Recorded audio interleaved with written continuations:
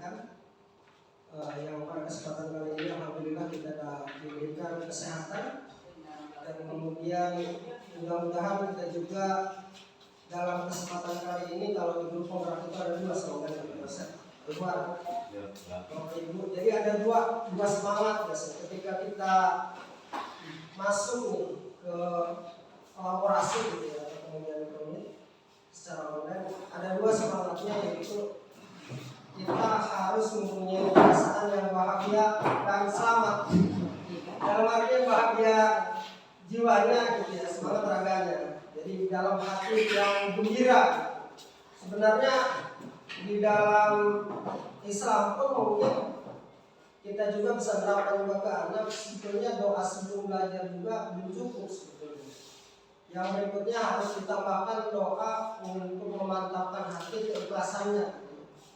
Makanya kalau kalian dulu pernah wawancara dan sekarang sudah diimplementasikan di grup penggerak terkait dengan keselamatan bahagia itu dengan doa sebetulnya. Kita juga suka mengucapkan dengan doa sapu jagat gitu ya. Jadi Rabbana atina fid dunya hasanah wa fil akhirati hasanah wa qina adzabannar. Bagaimana kemudian kita di dunia ini bahagia, di akhirat pun kita selamat seperti itu. Jadi bahagia dan selamat.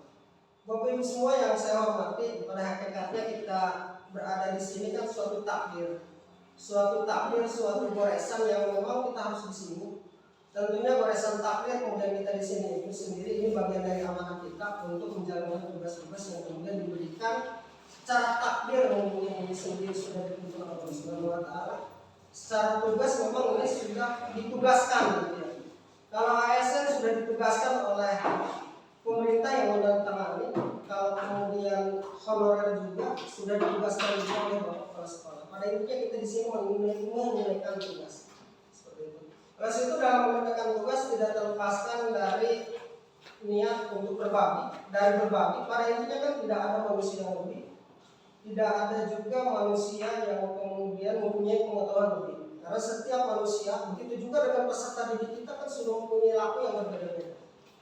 Dan bahkan ada yang menemukan seperti ini. Kita kan suka bertanya juga, wah kenapa nih saya ketika berjumpa lebih hampang tangannya orang anu baru ke orang yang betul daripada di sekolah kita.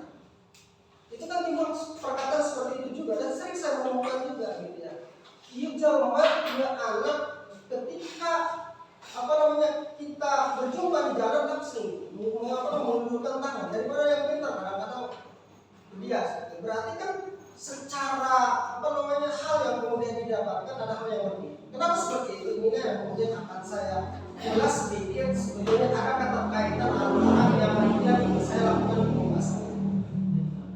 Bapak Ibu semua yang saya hormati, sekali lagi bukan bermaksud saya menggurui Pak Yosef, Pak Iwan, kemudian Bapak Kepala Sekolah, kemudian Bu Siti, Bu Bayi dan yang lainnya. Tetapi di sini saya lebih untuk kemudian berbagi terkait dengan apa yang saya dapatkan di grup penggerak ini. Salah satunya mungkin ini terkait modul 1.4 budaya positif. Sebetulnya kalau di grup penggerak itu kita ada 3 modul gitu ya. Modul 1, modul 2 dan modul 3. Ini saya baru sampai ke modul 1 Bapak ya. Bapak Ibu, Bapak Kepala.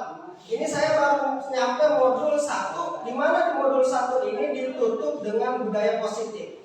Jadi di modul 1 itu ada modul 1.1 terkait filosofi kehadiran. Ini ada Dewantara, Bapak Ibu semua juga ketika di kampus sudah mendapatkannya. Bagaimana kemudian kehadiran itu membuat paradigma kita memandang anak, memandang pendidikan dan lain-lain. Yang berikutnya modul 1.2 ini bagaimana kemudian kita sebagai guru ini sendiri harus mempunyai nilai, harus mempunyai peran. Apa nilai kita yang kemudian kita bisa lakukan, bagaimana peran kita yang kemudian bisa kita terapkan di sekolah. Jadi ada nilai, ada peran. Di dalamnya ada nilai kolaborasi, nilai kemandirian, gitu. Nilai berpihak pada anak. Yang berikutnya juga ada nilai reflektif. Nilai reflektif itu kita selalu mengintrospeksi diri. Sebetulnya di hati kecil kita kan kita kerja di sini kan untuk anak, untuk siswa. apa sih kekurangan siswa kita ini ke anak seperti itu. Maka disitulah guru harus bisa merefleksi yang dilakukan ketika proses pembelajaran. Jangan sampai tadi itu kita hanya menempatkan, hanya merefleksi menunjuk orang lain. Maka saya juga sampaikan terkait di sini ada tipe kontrol guru. Jadi ada guru yang kemudian menyalahkan anak terus. Berusaha kamu ini nggak ngerti aja, kamu ini kayak gini aja, kamu ini bolos aja kan, yang kayak gitu juga kan. Padahal itu harus kemudian kita refleksi sendiri apa sih kekurangan kita. Makanya di situ ada nilai guru kreatif sendiri atau nilai yang harus dimiliki oleh guru itu reflektif, merefleksi diri. Mungkin kalau kita di rencana di RPP itu sendiri ada tujuan pembelajaran. Sebab tujuan pembelajaran itu untuk mengukur sejauh mana keberhasilan kita di proses pembelajaran itu. Kita ukur gitu. Kita ukur dengan tes supaya kemudian kita merefleksinya. Apa sih kekurangan kita? Selama ini kan kita lebih cenderung belum melihat nilai anak saja. Nilai anak ini 70. Tanpa kemudian kita merefleksi apa sih kekurangan kita. Makanya di nilai yang kemudian guru itu harus kita mempunyai nilai reflektif. Yang berikutnya juga guru juga harus mempunyai peran. Peran saya di sekolah ini apa? Apakah sebagai menemukan kepemimpinan pada diri siswa? Apakah peran kita ini sebagai atau kemudian pelatih bagi guru lain? Apakah kemudian peran-peran yang lain yang kemudian bisa kita kembangkan? Kalau tidak salah ada 5 peran. Terus yang berikutnya di modul 1.3, guru ini harus mempunyai visi. Visi itu impian. Siswa yang saya didik, siswa yang kemudian saya tuntun ini akan tumbuh seperti apa? Itulah yang kemudian impian kita. Bagaimana kemudian menyusun visinya? Tadi itu kita melakukan refleksi, meninjau potensi anak, meninjau potensi kita, dan meninjau juga potensi sekolah seperti itu. Nah, baru di modul 1.4 ditutup dengan budaya positif. Jadi semua sudah terangkum, terkoneksikan, ditutup dengan budaya positif. Budaya positif ini lebih cenderung merubah paradigma kita, merubah pola pikir kita memandang anak, memandang sekolah, memandang rekan kerja. Seperti itu. Ini Bapak Ibu saya buka dengan ini refleksi terlebih dahulu. Yang pertama teori pembelajaran. Mungkin semuanya sudah paham bahwa itu juga pasti saya sudah mengetahui juga dengan teori terkait dengan teori pembelajaran ini, teori belajar. Di kampus sudah, kemudian Bapak Ibu dapatkan juga di kelas pun saya yakin sebetulnya kita sudah melakukan. Tapi kadang-kadang kita tahu kita melakukan teori ini sebetulnya. Ini teori ini sebetulnya. Jadi secara garis besar sebetulnya ada 3. Walaupun banyak teori-teori lain yang kemudian turunan dari teori ini. Ada yang kemudian teori kognitif, humanistik, konstruktivisme, dan lain-lain. Pada intinya semua teori-teori ini bermuaranya ke sini. Apa sih sasaran teori itu? Sasarannya adalah siswa atau murid. Mulai tadi saya bahas banyak orang yang mengatakan bahwasanya teori biopolitik ini sendiri adalah teori yang kemudian guru lebih menjadi pusatnya daripada siswanya seperti itu. Teori kognitif ini bagaimana proses pembelajaran lebih penting dari segala-galanya. Begitu juga dengan humanistik. Ada yang mengatakan ini bukan teori, tapi ini lebih cenderung ke memanusiakan manusia seperti itu. Ada teori konstruk. Bagaimana siswa itu sendiri dapat berpikir untuk menentukan konsep-konsep seperti itu. Nah, sasarannya apa? Sasarannya murid. Nah, lagi-lagi kita dihadapkan pada generasi ini. Di anak-anak kita di rumah, model saya punya anak gitu, si Korni, si Unai gitu ya. Bahkan si Al pun ini sekarang kondisinya. Pak Yusuf juga mungkin sama, Bu Siti juga sama. Generasi yang terbiasa dengan peralatan elektronik sejak usia sangat muda. Apakah kita menyalahkan zamannya atau menyalahkan siapa ya? Apakah kita menyalahkan tadi itu? Apa kemudian kita mengimbang? Pada intinya yang harus kita tekankan, mari kita sambut generasi ini. Makanya dengan adanya generasi ini, dengan adanya teknologi kita sambut dan kita ubah paradigmanya. Kalau dulu kan kita berpikir bahwasanya yang perkembangan zaman itu lebih kemudian mengganggu. Tapi pada inilah kekuatan. Oleh sebab itu maka inilah yang harus kemudian kemampuan abad 21. Di kelas kan kita kalau penilaian itu ada 3 ya. Yang pertama itu penilaian sikap kan. Yang kedua penilaian pengetahuan. Yang ketiga adalah penilaian keterampilan. Nah, pada abad 21 ini sendiri ini ada kalau dulu mungkin kita mengenal terkait dengan berpikir kritis 4C gitu ya. Critical thinking, kolaboratif, dan lain-lain. Pasti kita bisa lebih kasar. Nah, di abad 21 ini sendiri ini ada 5 kompetensi. 5 kompetensi yang harus dimiliki oleh anak. Yang pertama yaitu literasi. Yang literasi baca tulis, literasi numerasi, literasi sains, literasi budaya dan kewarganegaraan, literasi digital, literasi finansial atau keuangan. Kemudian memiliki kompetensinya apa? Berpikir kritis, berkreasi, komunikasi yang baik, bersama dengan tim. Yang berikutnya memiliki karakter selalu ingin tahu, banyak ngomong, kritis gitu ya. Berinisiatif, tekun, beradaptasi, berjiwa kepemimpinan, berempati, sadar sosial dan budaya. Kalau kita lihat dari kemampuan literasi, memiliki kompetensi, karakter selalu, ada tidak di sini memiliki nilai misalkan IPA 90, matematika 80, seperti maka kemudian kita tidak ada melihat itu. Yang ada adalah bagaimana kemudian lebih berpikir anaknya itu sendiri seperti itu. Nah, yang berikutnya juga saya akan mengajar terkait video ini. Bapak Ibu semua pasti sudah mengetahui terkait video ini karena ini memang sudah lama dan kita juga sering menggunakannya. Pada episode sebelumnya kita membicarakan taksonomi Bloom dalam proses belajar mengajar yang berkaitan dengan meningkatkan keterampilan berpikir kritis.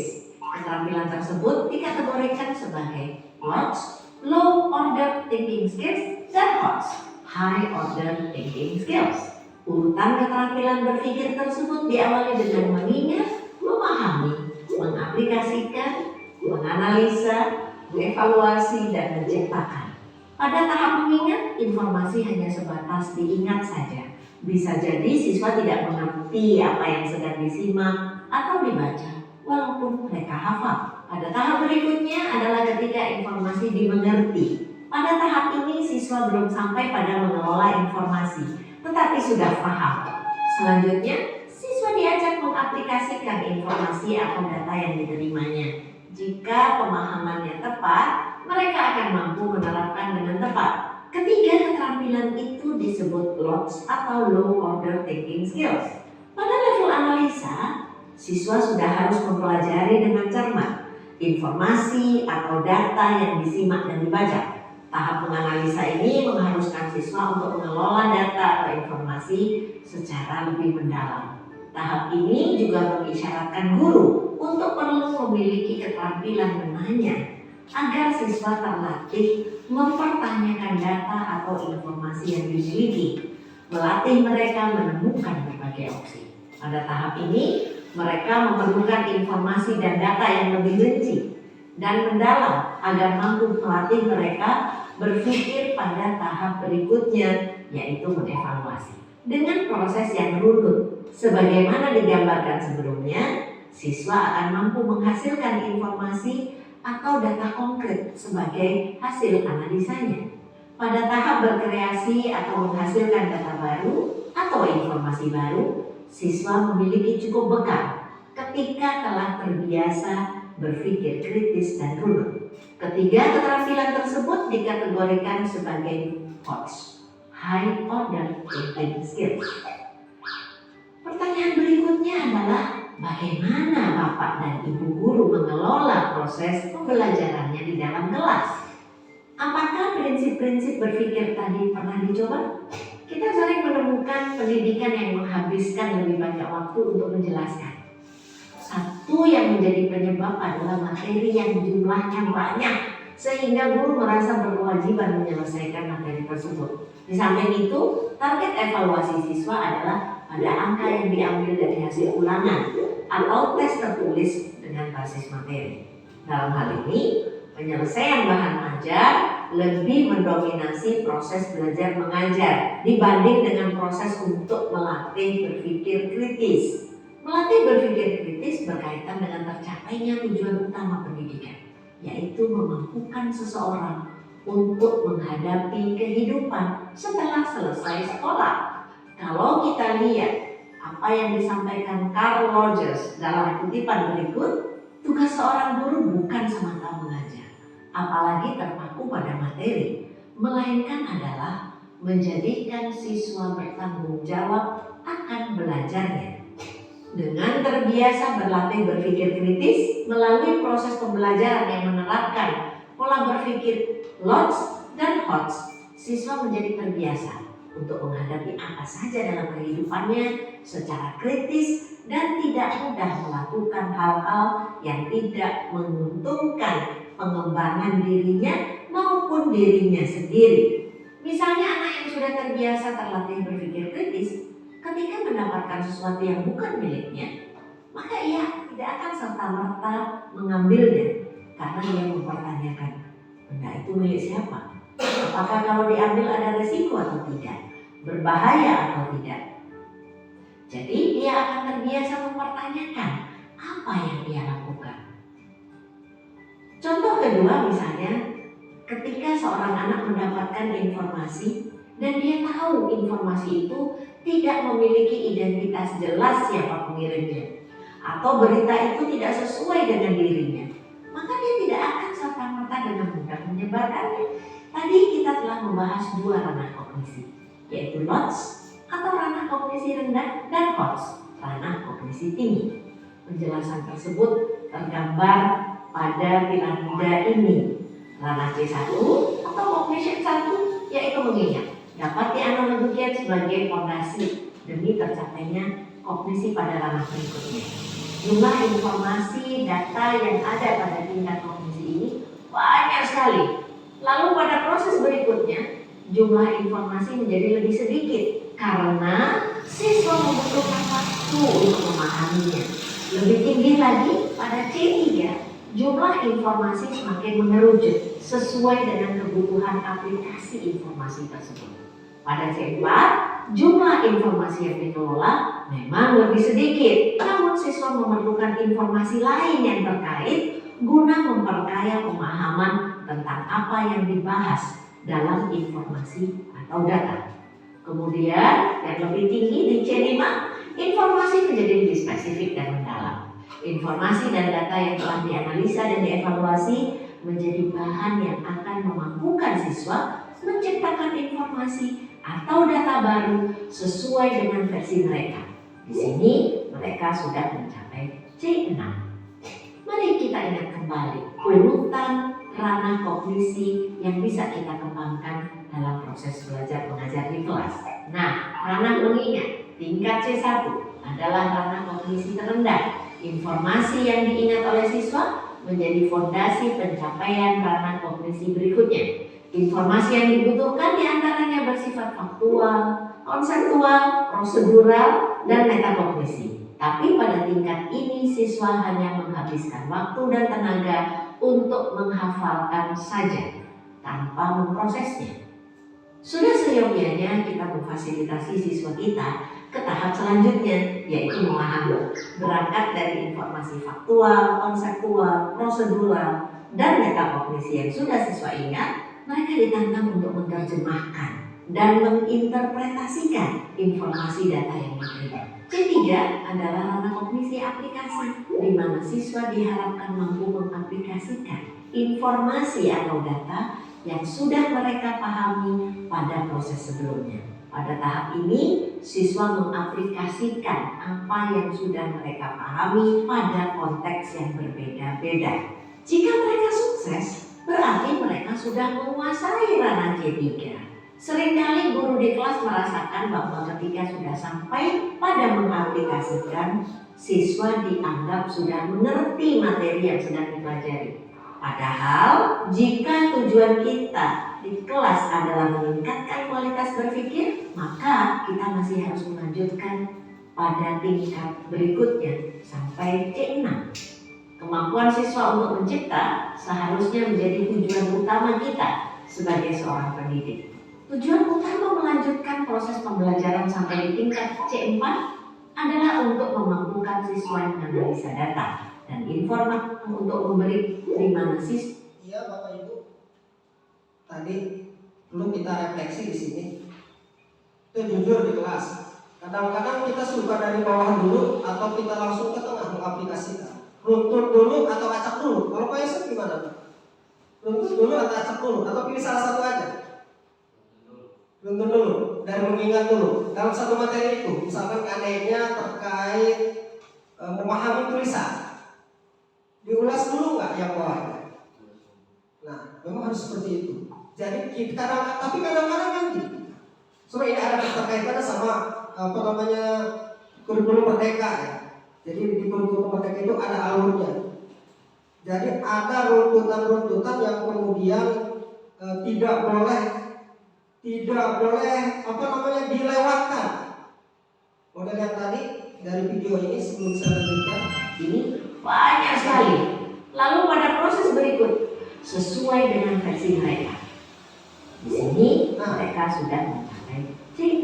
Dari video ini kan ada urutannya ya. Jadi kita itu tidak boleh lanjut dulu ke yang berikutnya sebelum kemudian tahapan yang tadi terpenuhi.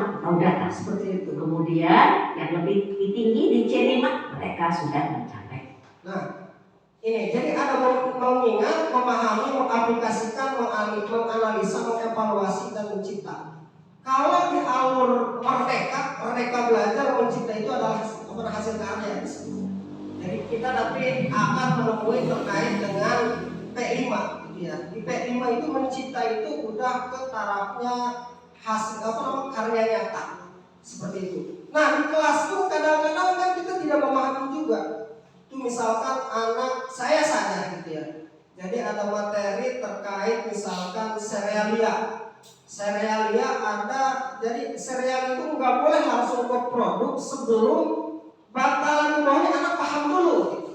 Jadi lamun cepayan rate ama anak ulah main bola. Jadi kudu paham bola cara ngajong bola gitu.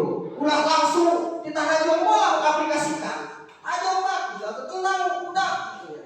Jadi lamun anak belum paham, belum ingat, belum memahami cara menendang, ulah sampai mengaplikasikan.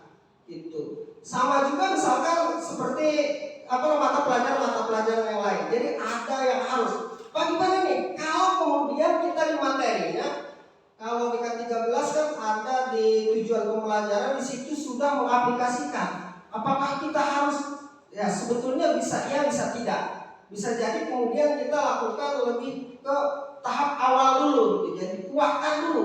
Jadi jangan loncat ke materi dulu sebelum materi sebelumnya koneksi terlebih dahulu. Jadi harus dikuatkan dulu dia mengingat dan memahami. Terutama nanti Mas Samsudin Pak. Jadi harus tahu dulu anaknya, gitu. Harus tahu dulu materi terkait tata ruang. Harus ingat dulu apa itu tata ruang. Jangan sampai nanti Pak Samsudin mengaplikasikan tadi ada menghitung tata ruang segala macam gitu. Nanti kan nggak nyambung juga. Jadi harus menguatkan dari dasar dulu, baru kemudian loncat ke yang berikutnya. Nah ini di kurikulum merdeka ini sebetulnya di P5 diaplikasikan semuanya. Jadi ada pemantik dulu, kemudian guru mencoba eksplorasi konsep dulu seperti itu. Eksplorasi konsep kan supaya anak memahami konsepnya apa gitu ya. Udah gitu mengaplikasikan berarti mendemonstrasikan, didemokan dulu gitu ya. Yang berikutnya nanti dianalisa, jadi ada dikoneksikan materi dan segala macam, dievaluasi, baru yang terakhir itu diciptakan. Itu dia mencipta. Soalnya ini berat juga tantangan bagi kita. Kadang-kadang kan kita tadi itu lebih cenderung menghabiskan materinya, dihabiskan semua, itu permasalahannya gitu ya. Jadi kita berlomba-lomba untuk menghabiskan buku gitu. Seperti itu, memang itu kondisi yang kemudian saat ini terjadi. Bapak Ibu semua yang saya hormati, yang berikutnya saya lanjutkan ke sini. Nah, terkait hal tersebut, maka Ki Hajar Dewantara atau disebut juga disingkat juga dengan KHD, dia menjelaskan bahwa dalam melakukan pembaharuan terpadu, hendaknya selalu diingat bahwa segala kepentingan anak-anak didik, baik mengenai hidup pribadi maupun hidup masyarakat, jangan sampai meninggalkan segala kepentingan yang berhubungan dengan kodrat keadaan, baik pada alam maupun zaman. Artinya di sini lebih jelas bahwasanya menurut KHD nilai nilai pelopor budaya daerah menjadi penguat karakter peserta didik sebagai individu sekaligus sebagai masyarakat pada konteks lokal sosial budaya di daerah. Kekuatan sosial kultural sebagai proses menebalkan kekuatan kodrat anak. Nah, di mana pendidikan bertujuan untuk menuntun anak dalam menebalkan garis-garis samar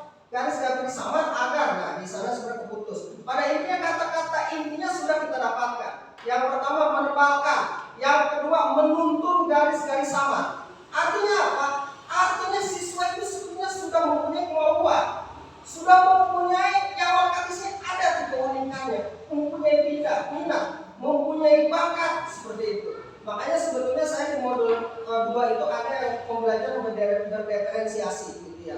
Nah pada intinya, tapi sebelum ke situ juga kita harus dalam pemikiran kita memang anak itu punya kodrat sendiri. Kemudian kita di sini mungkin ada salah satu anak gitu ya, ada satu anak di kelas 9 Taher gitu.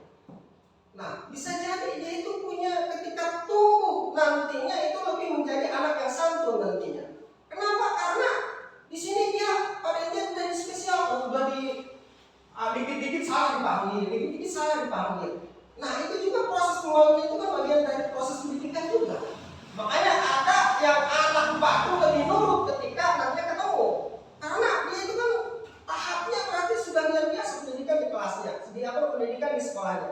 Karena di sekolah itu kan ada dua, ada pendidikan, ada pengajaran. Kalau ngajar mah kita di kelas, kalau pendidikan itu kan proses pemanggilan ke anak itu bagian dari proses pendidikan.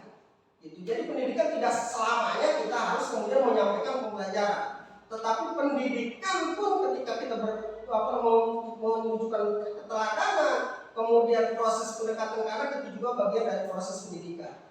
Terus yang berikutnya kita langsung ke sini Pak, ke materi. Tadi kita udah refleksi sudah, ini ke materi yang di disiplin positif dan nilai-nilai kebajikan universal. Nah ini yang pertama, jadi misalkan kalau ada terkait kepalan tangan gitu ya. Jadi A dan B adalah teman. Misalkan gini, Pak Samsudin, misalnya Pak Samsudin nih, ngobel Pak Samsudin, ngobel.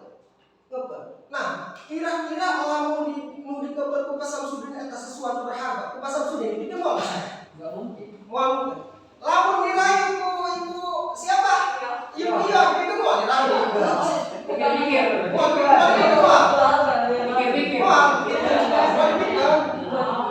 Dikasih duit, ya duit Pak. Duit. Bikin uang. Dilihat tuh uangnya sama nilainya dan nilainya. Iya Pak. Ya betul. Bikin uang, karena duit ya. Bikin uang, kepala nak. Dilihat tuh uangnya. Berapa?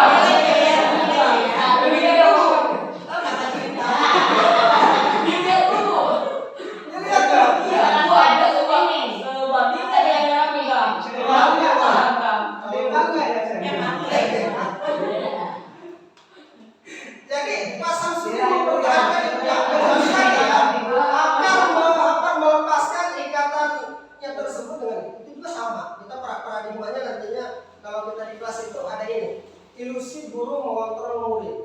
Jadi ilusi guru mengontrol, jadi kita itu mengontrol murid gitu. Tapi tadi kayak misalkan muridnya Pak Samsudin, kurang guru. Eta lalu misalkan Pak Samsudin kurang mesti rayu mati tadi kan belajar siswa.